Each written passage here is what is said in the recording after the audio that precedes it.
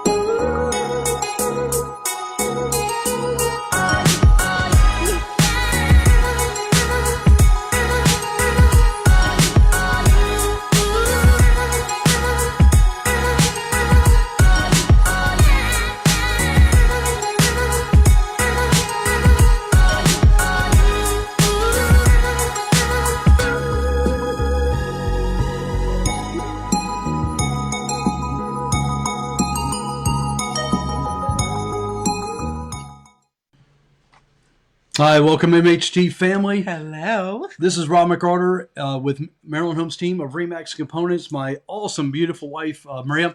We're so excited that you're joining with us on this beautiful Thursday evening. We've had such an awesome week. It has been such an awesome several weeks, actually. We've had cold weather. We've had hot weather. We've had rainy weather. So we have a special guest tonight. You don't want to leave this channel because we have Jeannie Schick. She is with Green Jeannie Plants.com. Is that right? Yep. GreenJeanniePlants.com. So if you want to learn more about your plants, what to do during this season, what to do going into fall, going into winter with your lawn, with your plants and plantings and wreath making and things like that, don't go anywhere. We can't wait to interview and talk to Jeannie. That's coming up. Also, Elkton marketing stats. There's some awesome numbers up there, and we want to share that with you, as well as some current events that are going on in our area. And also, as the real estate market heats up, here's how first-time home buyers can keep cool during this winter. We're going to talk about that and more just as soon as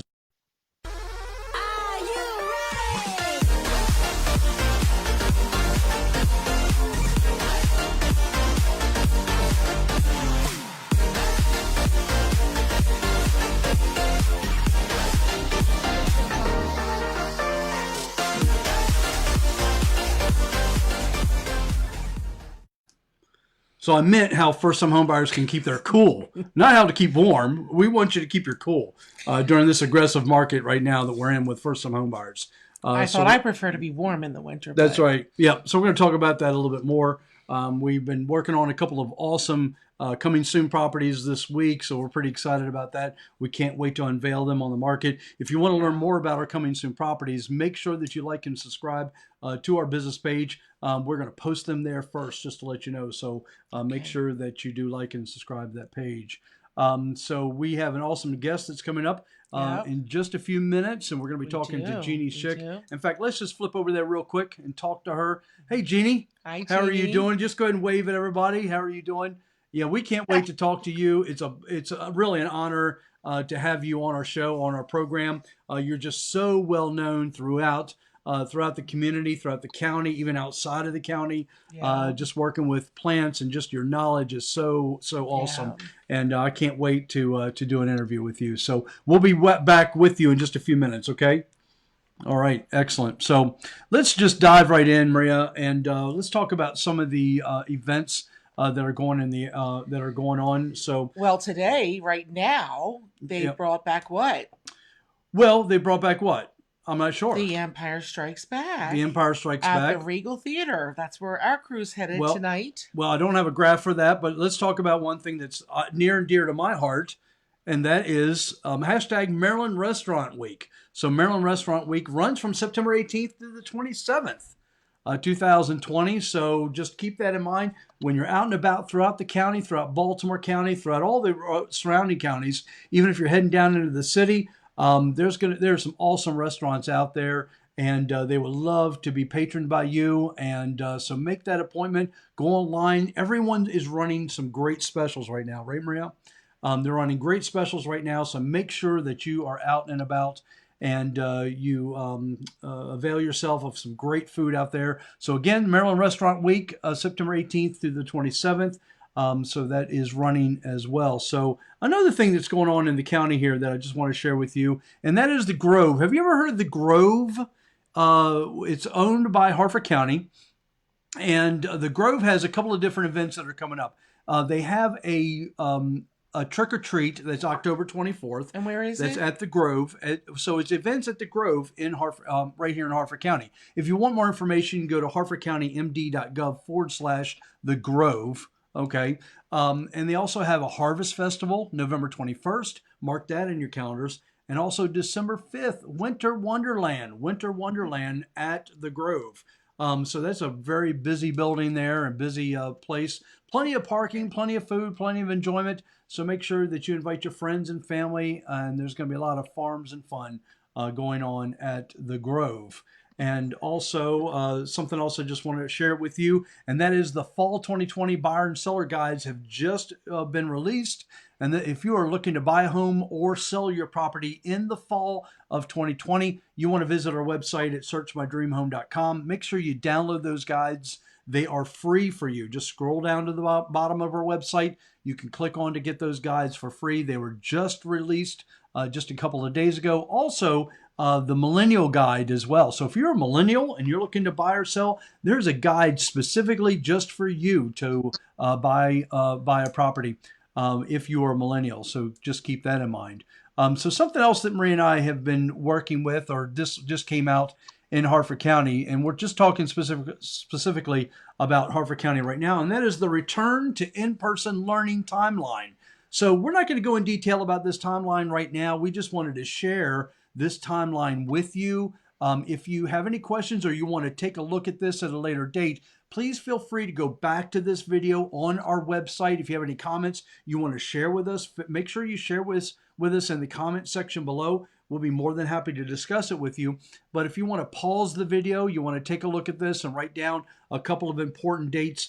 This is just their projected dates that they're looking to do as far as return to in-person learning here in Harford County. So, and again, this is a question answer format show. So keep that in mind. So if you're looking, if you have any questions about real estate, for our guest as well, make sure you put them in the comment section below. just share with us, put a like button there as well, and just tell us that you like the show, and let us know what your questions are, because we will put your questions on the screen, and we will love to be able to answer those for you as well. And I believe there was one more thing. I think that was pretty much it, Maria. So as far as our events are concerned, if you know of any events that are coming up, maybe you're a local church or organization, or any of those things, maybe a local VFW, and you have a certain event that's coming up in the future, please send us an email, send us a screenshot of that event. We'd love to be able to put it on our show and promote that for you. Okay. So let's dive right in. So the market stats for Elkton, and this is information that you need to know. We're going to share this with you as soon as we get back.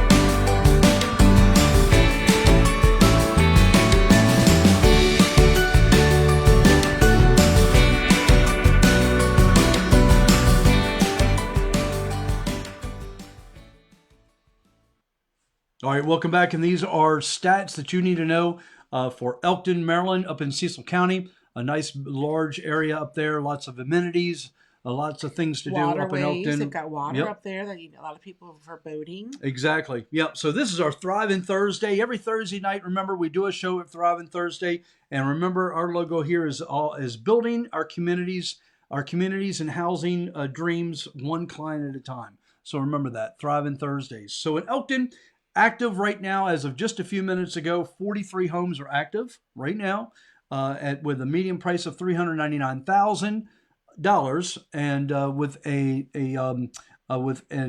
days on the market, an average days on the market, Maria, 42. An average days on the market of 42. Now, let me just share with you the difference in the numbers here as we move down to pending. So right now, the pending, or these are properties that are under contract right now. There are 83 under contract in Elkton, with a median sales price of $269,900, with an average days on the market. Take a guess. 31. 5 days on the market. So see the difference there between the active and what's pending. And the difference is, if your house is priced right, and it shows well. If it shows well, the buyers are there, and they're going to give you multiple offers, and you're going to be able to go under contract within those 5 days. And again, that's an average days on the market, but you're talking about 83 And I showed a house this week, and it had dirty clothes in the corners of the kids' rooms. And trust me, getting a house prep to have buyers walk through, it's a real job, but you want it to be as minimum as it can be when you're bringing the buyers through, Correct. Yep. So, decluttering and things like that, just like we always encourage some of our buyers to drive by the houses they're interested in, because curb appeal is really important. Curb appeal is important. And we're going to talk about that tonight. Yep, exactly. So the closed properties right now, and we go back 180 days for the closed properties, 338 closed properties with a median sales price of $258,000. Average days on the market, 9 days. 9 days. So it's a very aggressive market right now in Elkton, with 338 properties that have closed in the past 180 days. That's pretty amazing. That's basically 2 closings a day. I mean, it's pretty aggressive up there. So we're pretty excited about that. And right now, there's only 5 coming soon properties. Just to show you how thin the market is right now. Average median price, $275,000. And that is your market stats right now for Elkton. So we're pretty happy about that.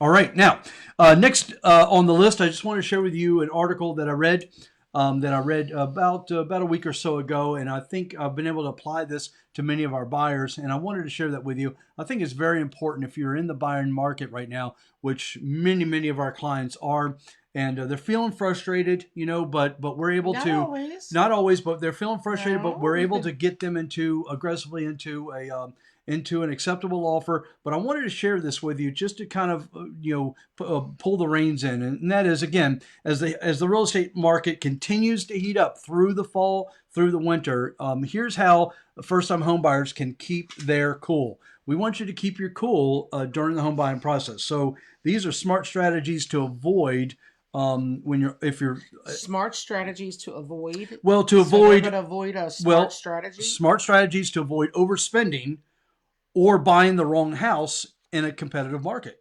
So, honey, that's what we're here for. That's exactly what we're here for. So we're going to start. Them make a good offer. Correct. So we're going to start with number one. Number one is start with an authentic budget. That's what you want to start with. I think realistic is the better word there. Yeah. So you want to get a solid financial ground from the beginning. So you want to figure out how much home you can afford and get pre-approved for a mortgage before looking at homes. Well, I don't even That's know that really important. If it's just what your pre-approval is. You always want to ask that lender, what is my mortgage going to look like at X amount of dollars? Mm-hmm. Because you want to make sure that payment is something you're comfortable with. I mean, you could be approved for $1 million and not only want to spend $500,000. Correct. Because of the payments. So well, here's the good thing. So you want to decide on a price range based on both how much you can borrow and what your budget is, but make sure that you give yourself enough room to breathe. That's what you want to do. We never want anyone to feel strapped buying a house. Exactly. Whether you love it or not, we want you to make sure it's in your budget. That's right. So number two, learn what to expect before you shop. So before you shop, learn what to expect. It's all about preparation. So you want to work with us, with an experienced real estate team who's going to be able to guide you through decisions before you get swept up in the love for a home and the drive to win. So when you're making offers, we can help you stay grounded through the entire process. Okay, so keep that in mind. Number four, don't let negative emotions get the upper hand. And we are working with this with many of our clients. So it's natural to feel anxious and frustrated sometimes when you're house hunting. Just don't let loose emotions take over. Oh, I remember the first house we lost, in the early 90s. I'll never forget. It's on Jarrettsville Road. I pass by it all the time, taking my daughter to North Harford. And I love that house. And we did not get that offer because it was over our budget. I mean, it went over our budget. Mm-hmm. And we were trying to be realistic, like you just said. And I cried. I remember crying about losing that house. Mm-hmm. But then God brought us a better one, meant to be, and it was all good. So anxiety can lead you to rush into bad decisions or get stuck and make no decisions at all. So you want to take a break to get some perspective when you're feeling anxious. You want to pace yourself to prevent frustration. And a common first-time homebuyer mistake is looking at too many homes. Okay, you just want to kind of take a step back. All right. And the fifth thing is stick to your price range and your priorities. Okay. You may have to offer above the list price to compete in some markets, like our market right now, but make sure that offered price is still within your budget. Look beyond the bidding war to the years you'll spend repaying the mortgage. You don't want to live for your home. Okay. Stick to your budget. And it may mean lose out on some of the homes, but that's okay. There's always another great house. This isn't the only one. Even though the inventory is a little lower than normal. Correct. Yep. But there is. I keep seeing more and more pop up every week. Yep, exactly. Just wanted to give you an encouraging word of hope for our buyers out there and for all the buyers out there. Even if you're not working with us, we just want to give you a word of hope there. So, well, anyhow, let's transition over to an exciting interview. And I'm going to go ahead and pull up our interview with Jeannie Schick. Jeannie, how are you doing? I'm great this evening. How are you all? We're doing fantastic. We're so thrilled to have you on here. So I've been kind of spreading the word now for like a couple of weeks, knowing that you're coming on our show tonight. About that you're coming on, and I'm telling you, everyone's been super excited about it. Oh my goodness, I'm gonna be able to learn how to put a wreath together. And I said, no, well, let's back up. This is a Facebook Live show, okay? This isn't like hands-on training, Although if they want that, we might be able to do that. Although, do a class. Jeannie, in an earlier conversation, we were actually kind of putting our minds together of how we can actually do that for the public. But that's for another conversation. You know what I mean? But so I'm going to give a little personal background here. Jeannie used to be at the mill for probably quite a few years. So Yeah. I love to garden. It's something my granny did, something my mom did. The kids help me. They know that it's one of my loves. So if I ever had any issues, which my biggest one was the squash bugs ruining my plants, which they did again this year. So next year I'm planting marigolds. But anyway, not that they're going to help, but it's another thought. But I would always go in just to see Jeannie. If I was struggling with something, I'd just go in to see her. And then one day I walked in and I'm like, well, where's Jeannie? And they're like, oh, Maria, she started her own business. And I'm like, oh my gosh, I got to find her. What was I going to do? She was like my security blanket of gardening. So I'm so glad she does have her own business and she can share with us whatever her knowledge is. Well, now she can share with lots and lots of people. So, Jeannie, let me ask you this question. So I have your website up on the screen. So at any time, folks, please feel free to go to our website. Don't do it during the show, though. Wait till after the show. But this is a question and answer format. So if you have any questions at all, please feel free to comment them in the comment section below. Right. We'll put that on the screen and we'll answer those questions for you live. But Jeannie, if you could give us a little history or background of yourself and your business, just to get started, we greatly appreciate that. Absolutely. Well, I'm actually born and raised in Harford County. So I lived in Bel Air, grew up in Bel Air, went to all the Bel Air schools, and I moved to Chicago and married a Chicago guy. And after several years, we came back to Maryland. So I've been back to Maryland for 25 years. And it's been great. I've sort of done gardening or landscaping as a side job or a full-time job, pretty much, I think, most of my adult life. And just decided to go out on my own. It's been 2.5 years now, and it's been great. It's been great. That's super exciting. And it comes in handy when you're working where you were born and raised, because some of my regular customers are my high school friends. You know what? My mom always said it's not what you know, it's who you know. But I think both of that helps. Knowing people and what you know, So I think that both helps for sure. Yeah. So what are you doing mostly now, Jeannie? Like, what do you see your clients calling you, and what are the biggest requests right now? Honestly, Maria, it's soup to nuts. I have clients that want help for 2 hours. Right. I have clients that just want a consultation. I have clients that would like me to do a design for them so that they can do it, but they have a plan going forward. And then I have clients that I go to every week that have very large properties, and I'm the gardener, just like you see in movies. Right. So it's everything. It's everything from, I have a good client who's a great gardener, but she's in her 80s. And so she doesn't want to lug potting soil and plants, and she doesn't want to put them in her car and then schlep them to the backyard. Right. So I do all of that for her. And then for the rest of the season, she takes care of everything, and she does a beautiful job. That's great. So everything, whatever you need. I love it. So, Jeannie, a question for you. You do design work as well, correct? Right. So one thing I've always found is that whenever, being in real estate for all the years that we've been in, whenever someone is doing an addition to their home, or they're doing like a pool or a walkway and things like that, the afterthought is the plantings. People always put a lot of thought into the design of the walkway or the pool. Where's the pool going to be situated, the concrete walkway, the gazebo. But then the afterthought is, oh my gosh, where am I going to put plants? What kind of plants do I put near a pool? What kind of plants do I put around this particular walkway? And that's where someone like you would come into play, to come into the picture and say, look, you need to put maybe some grasses over here, or you need to put perennials over here, or something of that nature. And you find that is a nice addition to your business as well? Yeah, in fact, it's funny you would ask that, because right now I'm working with a client who knows they're going to be putting in a pool, and she's having me do some privacy plantings first.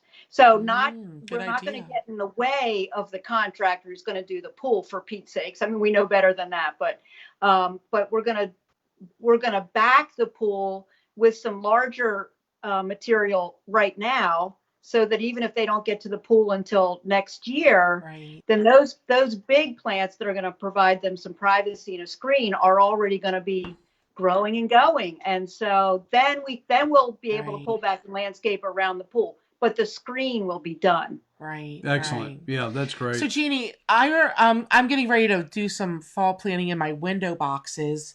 Of course, the pansies are pretty much kind of gone. The oh my lands, petunias definitely are. My petunias are gone. I feel like my geraniums are just holding on. But I mean, it's going to be fall in maybe just even a couple days. I'm not even sure the day of fall. But I mean, today's was warm, but the evenings are a little bit more chillier. So there's a plant, maybe not a flower. It's a leaf that's got like burgundy in the middle, looks a little velvety, but it has green on the edges, and they're almost like an elephant side leaf. Do you know what plant that is? Do you know what I'm talking about? Well, I don't specifically, but there's a lot of different coleus, and they come in every size and color that you can imagine. Okay. So we're in a really funny position, because last week, or just a few days ago, when we had those cool nights, right, that is very early for us, because out here, I'm up in Whiteford, we had a light frost. But some of our annuals are like, nope, not doing it anymore. We're done. Mm-hmm. And they have served us well for months, so they have. And then next week it's supposed to be, actually, we might be getting a frost. That's pretty early for us. We usually look for frost about mid-October. Right. So our annuals can go, but they're definitely winding down. Right. And so what I like to do, and especially for my customers, is now I'm going to take out those summer annuals are just exhausted. So we're going to take those out and put in some more annuals that maybe are a little bit more cold hardy, like marigolds. You mentioned those earlier, to put around your squash. Marigolds are tough, and they will take some cool weather. Really? Pansies are the same. Pansies will take a light frost. Okay. But you can do something like Swiss chard, which can be very decorative. Like if you see the new Swiss chards with like the red stems, use that in your window box. That can take a hard frost. Okay. Kale, flowering kale comes in some different, flowering cabbage. Like the red those cabbage. Will go until winter. Like you're going to be pulling those out to put your pine cones in, because you're like, enough already. I got to move on to Christmas. Yeah, I think my purple cabbage lasted like forever. And I love that purple cabbage. And maybe it's not really purple, it's red. Do you call it red? It looks like purple to me. There's actually a red, purple, pink, and white. Okay, I didn't know that. You could have had. So there's lots of choices, even in annuals and fall vegetables, that are really decorative and worth using. You can even use some perennials. Heuchera or coral bells come in lots of different leaf shapes and colors, and that's a perennial that'll come back every year. Maybe not in your window box, but definitely if you scoop it out in November and plant it. Grasses, which the ornamental grasses, which have a great fall look. Oh. And they're going dormant, but don't cut them down. Leave them in your pots, and they're beautiful. Well, I think we need those by the pool. So you like those oriental grasses? Yeah. Is it oriental or ornamental? Ornamental. Yeah. Did she just say oriental grasses? I did. That's what I'm saying. I've got to learn my words here. So here, let me ask you this question. So a lot of our clients are asking, like right now, if they're just kind of preparing their outside of their homes for the fall winter. Not so much even for sale, just kind of curb appeal right now. You want to enjoy your home, the outside of your home. When is a good time to start trimming back your bushes, your perennials, and things like that you have outside? When is a good time to start doing that? Well, it depends a little bit on the shrubs, because if you have blooming shrubs, the shrubs that bloom early in the spring, like you might think your forsythia or azaleas, they're blooming next spring on this year's wood. So if you trim them now, you're not going to get any flowers. So anything that blooms early in the spring, don't trim it until after it blooms. And really, that's a good rule of thumb. So if you have a summer blooming hydrangea, don't trim it until after it blooms so that you make sure you're not trimming off their buds. If you have foundation plants like yews or boxwoods or something like that, they really can be trimmed anytime because a lot of people like them to be trimmed sculpturally, you know, Sure. and not just kept loose. Round, square. And they can be trimmed anytime. Yeah, exactly. So they can be trimmed anytime. Trees, if you need to prune trees, you're going to wait until they are dormant. So either late fall or very early spring while they're dormant, because you don't want to create a wound that's going to allow diseases and bugs to get in. Oh, that's probably what happened to my 2 trees. I didn't want trimmed. So let me ask you this question. So for some guys like me who are not green thumb, even though sometimes I think I am, I'm out there with the hose, I'm watering grass and, you know, things like that. I'm like, yes, I could do this. That's a water boy. But let me ask you this, and I know this is a very basic question, but what is the difference between an annual and a perennial, and which one are the best ones, I guess, to come back next year between annual? All right. So the easy definition is an annual completes its whole life cycle in 1 year. Okay. So that's the things that get killed by frost. So you plant them from a seed, they grow, they bloom, and then when their bloom matures, they make new seeds, and their life is done. Boom. And that's why we deadhead annuals, to keep them blooming, because you don't want them setting seeds because they're going to die anyway. So just keep them blooming. Perennials will come back so the top dies, so you won't see anything above ground, but their roots survive. So they're going to send up new foliage next year and every year. So we have a lot of perennials. Okay. So those are your perennial favorites. So they come back the next year. Okay, gotcha. Yep. Right. And some of the bulbs do too. Okay. So and now bulbs and perennials. So bulbs come back every year, but they're not considered a perennial. They're a bulb. They're a bulb. Just a different. It's a different category. It is a different category. Yeah. Yep. So Jeannie, what? Because a lot of my garden has died, but I still want to kind of grow something through the fall. What kind of vegetable could I plant? I have sweet potatoes still in the ground. I haven't dug them up yet. I mean, like, what time do you dig them up? The sweet potatoes. I'd go after them now. Okay. Because they don't like the cold. If you think about it, sweet potatoes are really from the South. Oh, so they okay. like a long season and they like it hot. So you wouldn't want it. You're probably okay because the ground does not get as cold as the air as quickly. Right. So your sweet potatoes are probably fine, but you don't want to ruin your whole crop by waiting too long. Yeah, that's for sure. Our regular potatoes, as opposed to sweet potatoes, our regular potatoes love cool weather. Okay.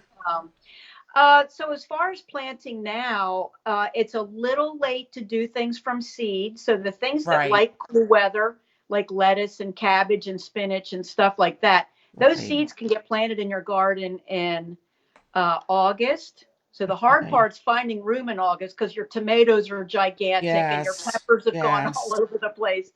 But that's so if you need to, you might want to look for little 6-packs of starts already growing. Right. Well, that's good. But you can plant all that because all those fall vegetables are fine with frost. Broccoli, cauliflower, cabbage. Is broccoli easy to grow? I've never tried. It's pretty easy to grow. It can get buggy, so I prefer to grow in the fall instead of the spring because the bugs are sort of winding down. Right. But yeah, it's not hard to grow. So basil, like herbs, like I've had my herbs out all summer. I guess like you said, the frost comes and like all my leaves fell on my basil, for instance. Now, I guess parsley can take a hit because that parsley is still going strong. But it's my basil that, can I just bring it in and put it in the sun in the house and it will still grow or no? If you have a really sunny window, it's not going to grow as well as if it was outside because it's not just the sun, it's also the air circulation and the warmth. And I don't know about you, but we keep our house pretty cool. But try it. Put it in the sunniest window you have, and you it might do all right. Right. I would say before you bring it in, cut it back pretty hard and let it sort of set some new leaves. And if it's okay if I go off down, if I make a right on a new road here for a second, Sure. before bringing your plants in, there's something called insecticidal soap, which is organic, so it's not a chemical.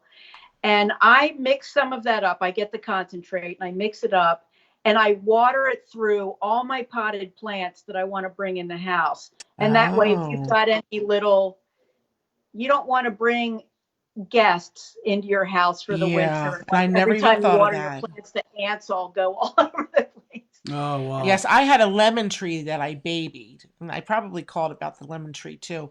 But I had it outside and then I brought it in. And on my lands, I think I had these spiders everywhere. Yeah. So, yeah, I forgot to even think about that. So something I love. Water it in. So spray the foliage and water it in the soil. Oh, okay. Water, both. Yeah. Insecticidal soap. Mm-hmm. Yeah. Okay. Wow. I didn't know that. Something I love, Jeannie, when you drive around Harford County, and not just Harford County, but anywhere in our region, is you love the mums. You love seeing people put those beautiful mums, whether they're the yellow mums or the red mums and purple mums and things like that. But let me ask you something. People love putting those containers out in front of their homes. Right. What other plantings could you do in the fall, maybe even going into winter, that is still a flowering plant that people could enjoy in their homes, seeing outside of their homes? What other flowering plants could you put outside of your home? It's kind of what we were talking about. Like the pansies are great. Pansies come in some amazing colors, and they're really being sold these days. They've been breeding them to be even tougher, and they'll call them winter hardy. So they may not bloom all winter, but there's a good chance that when we have those warm days in March, they're going to be up and going.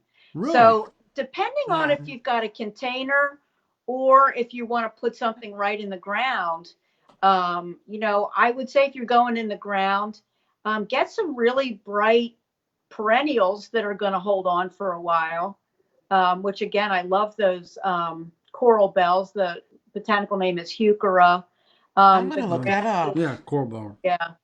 Yeah, there's you know what that looks like? No, I didn't think so. Oh, no. No, I was just saying, write it down. I have my number, I have no idea. The first time she said it, I did write it down. I know. Well, necessarily, it doesn't have to be, Rob, flowering, even if it has some color to it, Yeah. That would be nice in the pots out front. Exactly right. And you can do even things that trail, like you can get ivy. Now, ivy lives in, obviously it's a perennial because it's actually quite invasive. I mean, it's a little too happy here in Maryland. Right. But if you have it in a pot and don't let it, don't let it escape, but it won't escape. But that's a great thing. And then you can put ivy, have it hanging over, and then maybe do your asters is another perennial that's what you see blooming, mostly purples and pinks right now. And so let's say you did an ornamental cabbage and an aster and an ivy in the front and then maybe a grass in the back that's up and going. So then it gets to be close to Thanksgiving. So you might just tuck some gourds and pumpkins in there. And there's a billion kinds of decorative gourds and pumpkins now, ones that look like they have warts and ones that look like they've got rope, all kinds. And then for Christmas, take it all out except for the ivy and put in a little evergreen shrub, or put in, a conical shaped, like wrapped in grapevine, or turn upside down one of your tomato cages, make it a tree shape and wrap it in lights. And then there's your ivy coming over the front, but you've got something, same pot, not a big expense. Right. Keep it going. That's a great idea. So you brought up shrubs. Let me ask you this question, Jeannie. What is the best time of year to plant or relocate any shrubbery or any trees on your property? What's the best time of year to do that so they don't die?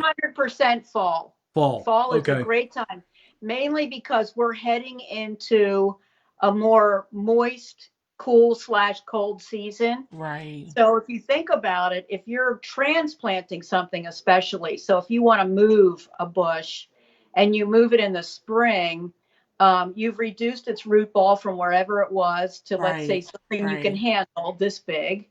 And now we're heading into summer, and it's only got this, its root ball is still only this big. So you are going to be watering it a lot and hopefully not lose it. Now, if you were to transplant that same tree or bush, we are heading into when it wants to be dormant, and we've got moisture and we've got cool weather, and you have a much greater chance of that plant surviving. Wow. That's great. Yeah, that's great. What should we be putting on our lawns right now to keep them healthy, to keep them vibrant, to keep them green, I guess, going into the spring of next year? What should we be dropping on our lawns right now? Lime or what? Okay, so the short answer is I don't know. Okay. So what I'm going to have you do is go get a soil test, a soil sample, and you can do that through the mill. And then there's other places that do it, but there's really no way to know what your lawn needs without getting that analyzed. You can guess, because in Maryland, our soil is very acidic and grass wants to be right up about basic or right in the middle. So you really never can go wrong with lime, but how much lime? If you just put a bag on every year and you really needed 10 bags, you're kind of wasting the money on your one bag. Correct. So go get a soil sample. You're going to need a cup of soil from about 2 to 3 inches down.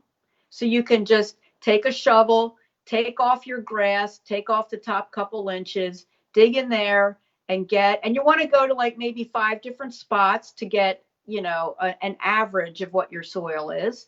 Mix it all together in one bag and take it to like the mill to they'll fill out a soil sample form for you. You'll get the results back pretty quickly. And then that's going to tell you also what fertilizer to put down. Come on. I had no idea that you even did things like that existed. Yeah. Yeah. And fall is go time because our lawns are cool season grasses. So all these fescues and bluegrasses are cool season grasses. So they look great in the fall, winter, spring. And then they might go dormant in the summer. Whereas the warm season grasses, like people might want to plant zoysia. Golfers know about zoysia because I think those are golf greens. Those kind of grasses are warm season grasses, so they only look good in the summer. They do not like cold weather. So our cool season grasses, this is exactly when you want to find out what they want and feed them so they can be happy all the way through winter and spring. Right. So there might be multiple locations where you can drop off your soil for soil samples. However, if you're in Harford County, go to the mill. The mill is located on Main Street. There's a bunch of mills in Bel Air, and there's also another mill that's out in Black Horse, Northville. Right? Isn't it Black Horse? Black Horse. Yep. Black Horse, Whiteford. Right. There's one in Pennsylvania. Mm-hmm. Yes. So, and if you don't live near a mill, you can call the extension agent, and they have information. I think they have bags where it can be sent off too. It's not free, but it's not expensive. It's no, it's but that's great information. The first couple bags of lime that you do right, or the first bag of fertilizer you do right, right. Yeah, honestly, I think most people rely on just walking into your local hardware store, looking at a bag and saying, "Oh, this says spring. Oh, this says winter," and they just drop it on their lawn. Yeah. And honestly, I would have never thought it makes absolutely perfect sense now that it's coming from an expert like you, Jeannie, that you actually dig up soil and you put it in a bag and you take it and have it analyzed. That makes perfect sense. I mean, we do that with our blood work. We just don't assume. I was just going to say, we don't expect the doctor to tell you what's wrong with you if you don't let them look at you and take blood, whatever. I love that idea. I'm going to be doing that this week. I love it. Yeah. Awesome. Yeah, I love that, Jeannie. That's so awesome. Well, you've been awesome to work with. Listen, I went to your website. I spent probably 30, 40 minutes on your website just scouring through all the plethora of information that you have on there. Yeah. I wish I was around in 2019 because you had a great wreath making class, like a workshop to make wreaths. I wanted to go to that. And that would have been pretty awesome to do with my wife. I would have loved to have one of those wreaths on my front door. And I know because of COVID, you couldn't do it this year, but I know you're still trying to put together some sort of idea, possibly for the public, where you can do something possibly with Zoom, where they can maybe pick up supplies somewhere. And I know we were just kind of thinking about that, but I hope that you do come up with a great plan, because I think people are really wanting to do something, especially since we're several months out from the holidays coming around, and not too many. Put a nice wreath on the front door. But but I'm looking for my fall wreath now. Yeah, but people look for your expertise in that area, Yes. and I know they'd have a lot of fun doing that. So anyhow, any last remaining thoughts or ideas that you had that you would like to share about your business, about any things that are coming up? How to find you? Other than your website? Well, go to my website and contact. A lot of people will ask me, where's my nursery? And I don't have a nursery, and I don't sell plants out of my house. I come to you, and that's the nature of my business. Now, if you need plants, I mean, I pick up plants and install plants, but I don't have like a retail store. But just my phone number and my website is a great place to contact me. It all comes to my phone. Where would we be without our phones? And really, it's, even if I just did this the other day. Somebody contacted me and she said, I just want you to walk around my yard with me because I have all these random questions. And, that's part of what I do. And then I'm doing a big job this weekend. So, just let me know what your project is and we can work it out, and I can meet up with you and we can see if it's something I can help you with. But I'd love to help people. I love plants. I love people. And just, I guess I'm kind of like a dating service for plants and people, who's going to go together, That's right. That works for me. Match.Jenny. Right. Well, Jenny, you've been such a joy to have on our program. I really do appreciate it. If you can do me a favor, hang around for a few minutes. We're going to wrap up the show. And it's only going to take us about 30 seconds to do that. And we'd love to talk to you just for a minute or so after the show. Can you hang with us? Great. I sure can. And thank you guys so much. Great. I appreciate that. Welcome. So, Maria, she was really a lot of fun. I told you. I'm I telling love you. her. So, and this is what we're all about, right? We just love having people in the community that's embedded in our community that is working. I mean, whoever even heard of her that can share this kind of information out she's there like about one in a plants million. and things. She is one in a million. And I'm so glad to be able to share that with everyone that's watching the show right now. So again, give her please a call, look her up. The link is below in the description of the show. So if you want to just click on that link, just click on it and it'll take you right to her website. She's on Instagram. Absolutely. Exactly. So we're going to wrap up the show, and just remember to like and subscribe our page and to be notified of any upcoming shows in the future. We have them every Thursday night. It's our Thriving Thursdays, and I'm excited about it. I live for it every single week, and I know our clients do as well. So, Maria, we are always better together. We're always better together. And just remember this: it matters who you work with, not only financially, but who you align yourself with, because it really does matter in the transaction. Absolutely. And we're just so thrilled. Our full team of professional experts are here to help you and assist you, whether you're buying or whether you're selling your home. Look forward to hearing from you. We want to be a part of that transaction. Have a great week. Have a great week. We look forward to seeing you soon.